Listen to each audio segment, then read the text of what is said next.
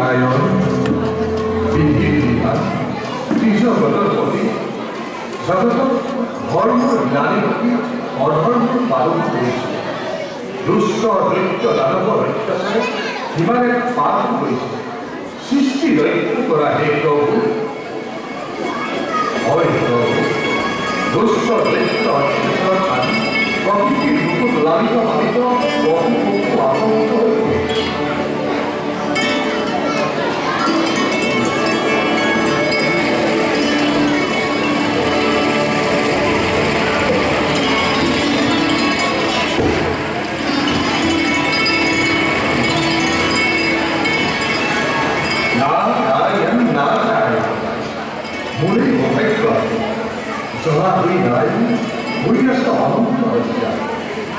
প্রভু ভক্তি অঞ্জলি নিবেদিত দুষ্ট অদৃষ্ট অত্যাচার বসুন্ধরায় ভূমিভার আলো হইছে অস্থির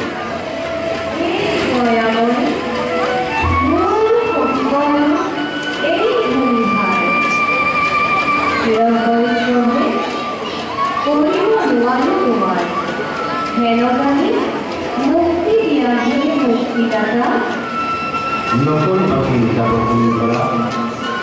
মূল্য ভগিলভার তিরুনদী অবশ্যই নবীনমুক্তি কাবপূর্ণ হয় ভূমিভার ভগবান ঘোষণা করিময় এক নব মানব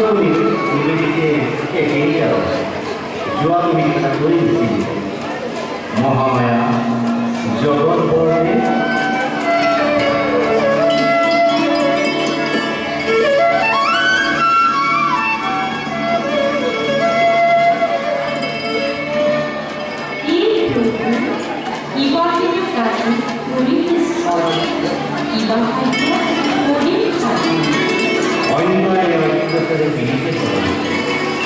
ধৰ্ম ৰক্ষাৰ বাবে অবতীৰ্ণ সময় আলোচ গোকুলৰ যুগলাৰ মানৱত অৱতীৰ্ণ হবা তুমি যুগময়া ৰূপে দেৱতী কূটনীতিৰ চক্ৰ ঘূৰাবৰ বাবে প্ৰথমতে যাবা তুমি মুক্ত ধাম ইন্দ্ৰৰ বিশ্বাস কৰে নৱৰূপে ভাৰতক লভিব জনায় অংঘাতৰ মাজেৰে সত্য প্ৰতিষ্ঠা ইয়াৰ তাৎপৰ্য একো নোৱাৰি যুৱকৰো